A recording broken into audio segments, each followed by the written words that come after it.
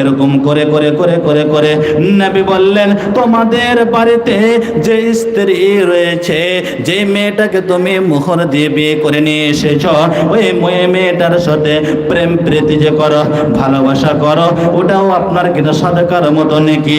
যখন এই কথা বলা, সাহাবারা বললেন, নবী গো, এটা ঠিক আছে, আলহামদুলিল্লাহ, সুবহানাল্লাহ, এগুলো বলবো, সাদকার মতো নেকি হবে, কিন্তু নিজের স্ত্রীর সঙ্গে ভালোবাসা, প্রেম প্রীতি করা, এটাও কেমন করে নেকি হতে পারে?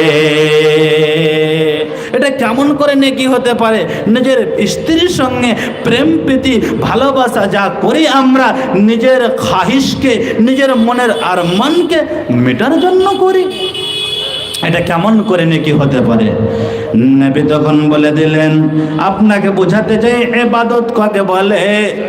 নবী বলে দিলেন,